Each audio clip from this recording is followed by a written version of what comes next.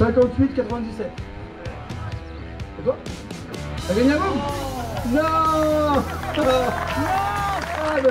Bonjour à tous, bienvenue sur la chaîne. Alors à ce qui paraît, si Tobec t'embête, fais du Peugeot. Donc bah c'est ce qu'on va faire un petit peu. On se retrouve ici avec la 103 que j'ai gagnée en Tombola au mois d'avril. A priori c'est une 103 Vogue, c'est une base 103 Vogue. Vous l'aurez compris, elle n'est pas d'origine. Quand je l'ai récupérée, j'ai eu du mal à la démarrer. Donc j'avais le décompresseur qui était bloqué, donc j'ai déjà changé le décompresseur. J'ai changé le robinet d'essence qui fuyait. J'ai remonté déjà un petit peu les guidons. Et donc voilà. Mais elle ne tourne pas bien. Donc le carbu d'origine, il était visiblement HS. Alors je sais pas ce qu'il avait comme problème, un Gürtner. Donc je l'ai viré. J'ai un Dell'Orto de 14, mais elle tourne pas beaucoup mieux. Donc j'ai vu que la pipe, elle avait un petit souci. Le variateur, il est en prise directe, donc il a un souci aussi. Donc voilà, il y a plein de petites choses à faire. Le frein à l'arrière qui est bloqué. Donc là, l'idée, c'est déjà de la faire tourner correctement comme elle est là. Donc voir tous les petits soucis.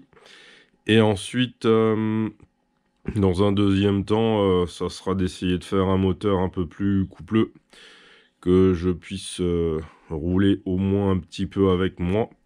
Parce que là, dans la configuration comme elle est là, avec moi dessus, j'ai du mal à prendre du régime. Donc on n'est pas bon. Voilà. Mais donc là, déjà, essayer de la faire tourner correctement, de la faire freiner correctement. Et après, on verra pour la suite. Ça y est, j'ai démonté tout ce que j'avais à démonter. Alors, je commence par l'arrière. Hein. Le cap de frein qui est relativement gros, mais il me semble que c'est normal. Il a du mal à coulisser dans la gaine, donc je pense que ça vient pas du câble le problème, mais peut-être de la gaine qui est un peu trop fine. Ensuite, la gaine, elle passait ici dans le support moteur, donc je l'ai déplacé sur le côté parce que je me suis dit, je vais pas démonter le frein à chaque fois que je veux faire tomber le moteur, donc là, je sais pas comment c'est d'origine. Ceux qui savent, bah, n'hésitez pas à me le dire en commentaire. Je trouve pas que ce soit une bonne idée de mettre le câble dans le support si après il faut le démonter. Vous me dites ce que vous en pensez. Le frein, le tambour qui était monté sur le roue arrière était neuf. Et donc si vous regardez les mâchoires, il y en a une, elle frotte pas du tout. Et il y en a une autre, elle frotte un tout petit peu. Donc après, je les ai regardés un peu. C'est de la refabrication, hein, du coup. Ils sont collés un peu de travers. Enfin, la matière pour freiner, ouais. La matière d'accroche, là, je sais plus comment on appelle ça. C'est collé de travers. Donc là, par exemple, vous avez un peu plus d'1 millimètre de jeu. Là, il n'y a pas de jeu. Après, le mécanisme, il fonctionne. Hein. Donc, je sais pas. Donc, comme j'avais une vieille paire de jantes de Vogue... J'ai récupéré ce qui me semble être un tambour d'origine. Je vais le nettoyer, je vais le monter pour voir si ça fonctionne mieux. J'ai démonté la pipe. Alors pourquoi j'ai démonté la pipe? À cause de ça. Donc il manque un morceau et donc ça tenait avec une vis et une rondelle. Et je me suis dit, ah, potentiellement possibilité de prise d'air, j'en sais rien.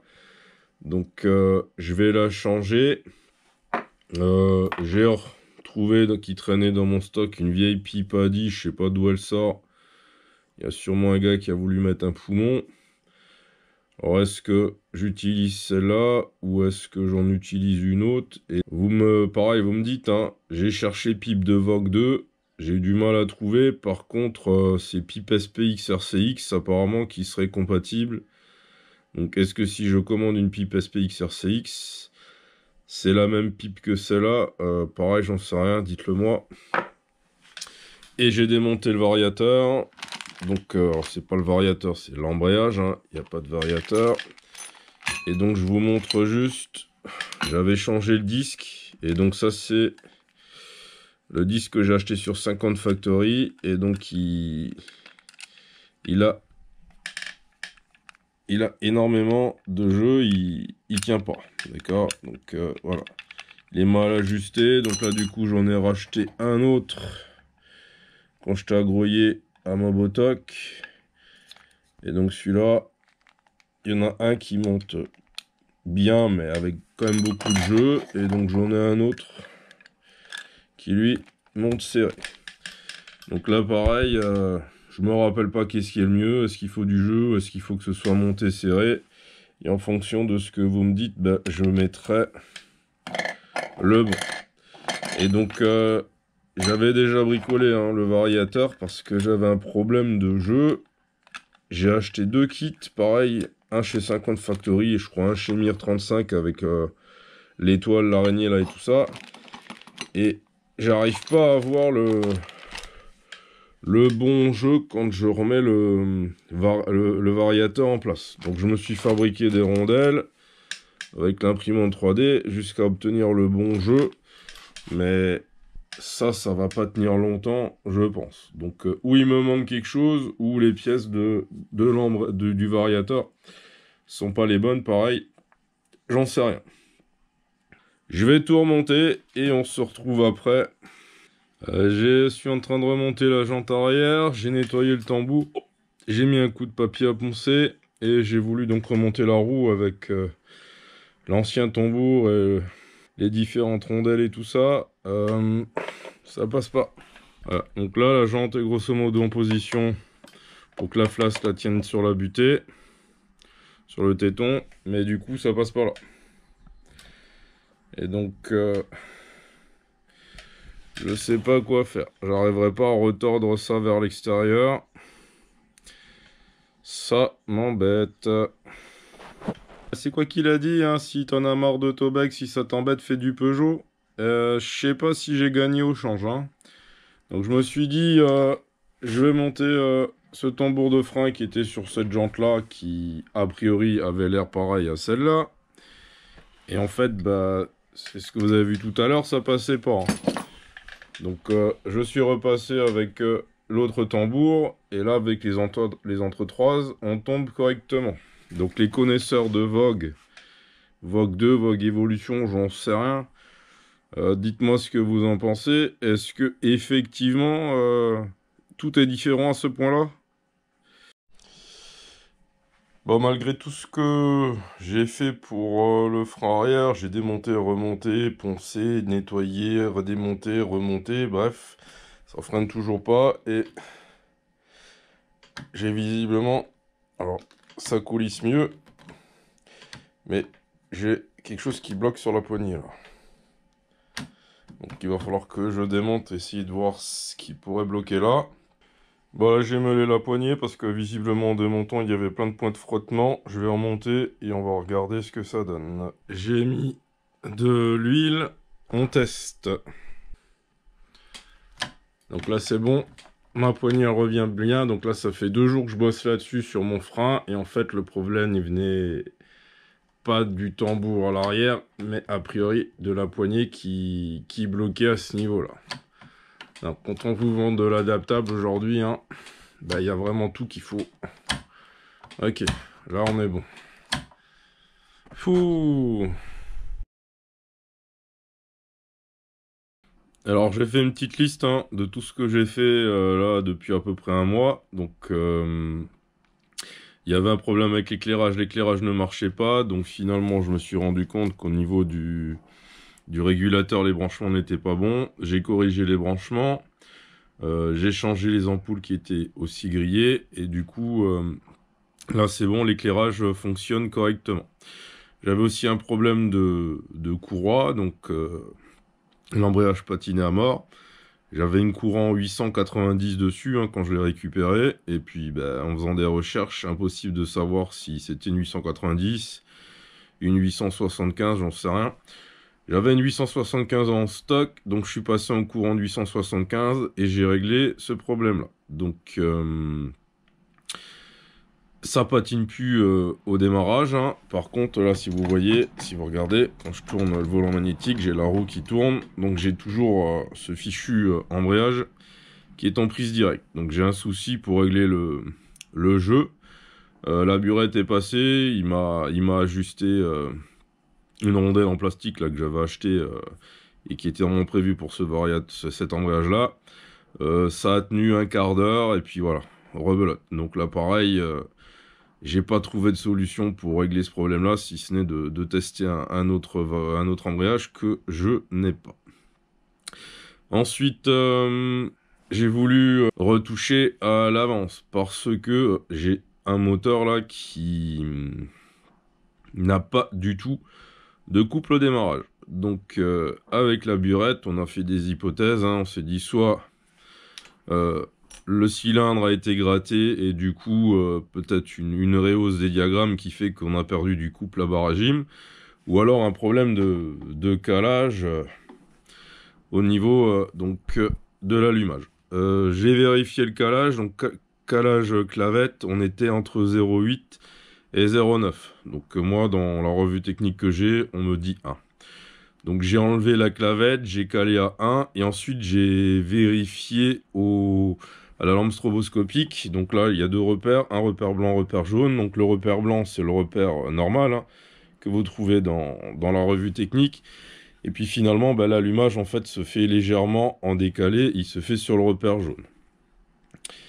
Donc j'ai recalé à 1 mm en fonction du repère jaune. J'ai refait des tests, toujours pareil. C'est toujours hyper creux à bas régime. Et puis, je ne sais pas pourquoi, j'ai voulu la redémarrer pour refaire un test, et là, impossible de la démarrer. Donc là, je me suis dit, à tous les coups, c'est comme ce qui m'arrive à Trenia, j'ai un problème avec le clapet. Alors, je dis, c'est quand même bizarre, parce que c'est un clapet à 19, mais j'ai démonté. Et en démontant, j'avais pas vu ça avant, enfin, j'avais pas tilté, mais le joint de carter n'avait pas été coupé, ça n'avait pas été fait propre. Et donc j'ai supposé que du coup le clapet restait coincé dans le joint papier. J'ai coupé, j'ai remonté, et puis ça a solutionné le problème, elle a redémarré. Voilà. Donc, mais je me retrouvais toujours avec un moteur creux au démarrage. À titre de comparaison, j'ai plus de couple sur un AV7 Origin Moto Bécane que sur ce moteur-là. Donc je me suis dit... dans ma tête, je sais pas pourquoi, j'étais persuadé d'avoir un RSAL 50 en T6. J'étais persuadé que c'est ce qui avait monté dessus. Je me suis dit, je vais virer ça. J'avais un 70 en stock et je me suis dit, je vais tester le 70. J'ai démonté le 50, qui en fait n'était pas un 50, mais un RSAL d'origine. Je me suis dit, bon, ça peut expliquer le pourquoi du comment. J'ai monté le 70 et là j'étais persuadé que forcément j'allais gagner du couple à bas régime. Et en fait bah, c'est toujours pareil, hein. Le comportement moteur est toujours le même. À bas régime j'ai pas de couple et le couple il arrive vers 30-40 km/h. Donc que ce soit en cylindre d'origine ou en 70 T3, bah pareil, même comportement moteur. Donc là je sèche, ça fait un mois que je me prends la tête. Et ben là, pour l'instant, je vais la mettre de côté, elle me sort par les trous de narine. Donc, je vais retourner chez Moto Bécane, hein, ça va me détendre.